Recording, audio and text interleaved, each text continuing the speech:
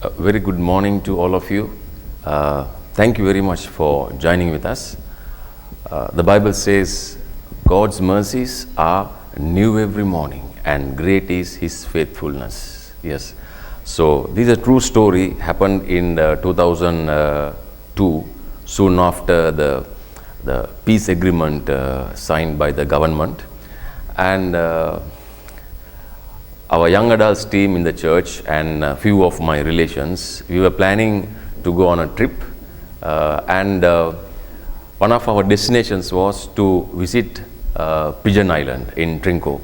So we went to the Nilaveli beach, got into a boat, and we were heading towards the Pigeon Island.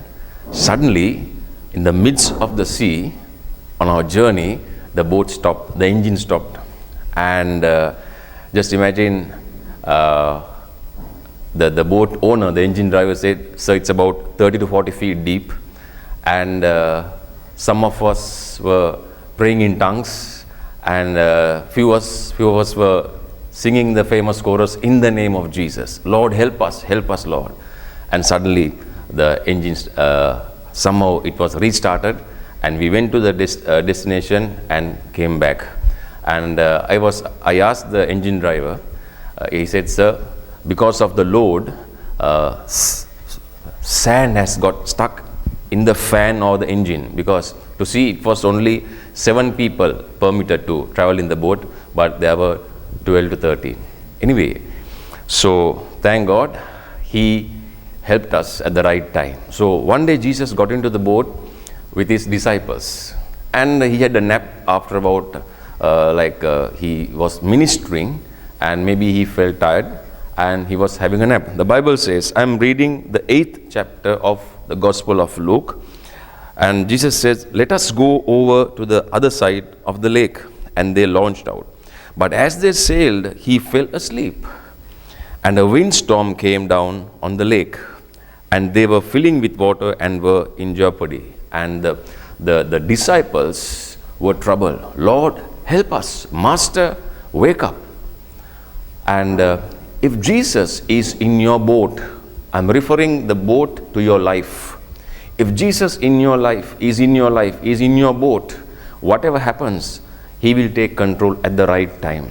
You know, Jesus was sleeping, having a rest, and He thought, okay, what would be the reaction of my disciples?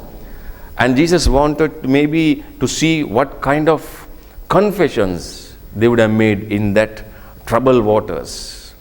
And Jesus tested their faith, trust, and dependability.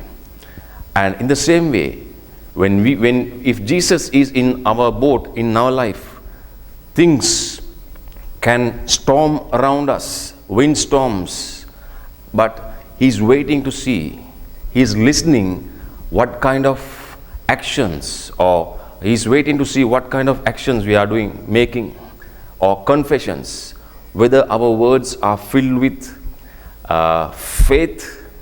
faith-filled words or faithless words, or our words are enveloped in faith or in doubt, with doubt. So this morning I just want to encourage you, okay? If you have not invited Jesus into your boat, tell the Lord, "Jesus, forgive me, I am a sinner. Wash me with your precious blood. Be my Lord and my Savior." And as long as Jesus is in your boat, He will take control of everything at the right time. So that little time, that short period, you will be tested. But thank God, if Jesus is in your boat, He will take control. Let me pray for you. Thank you, Lord. We praise your name. Lord, whoever listens to this word, Lord, and Lord, let these words encourage, edify, and exhort them, O Lord.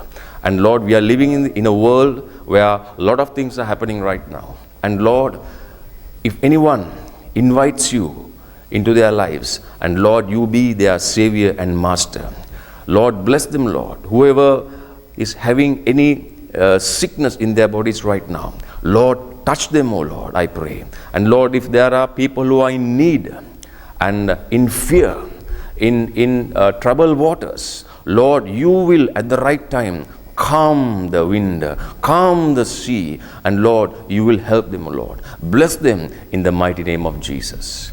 Amen. Thank you very much for joining with us. And you can call the number on the screen for prayers and counseling. God bless you.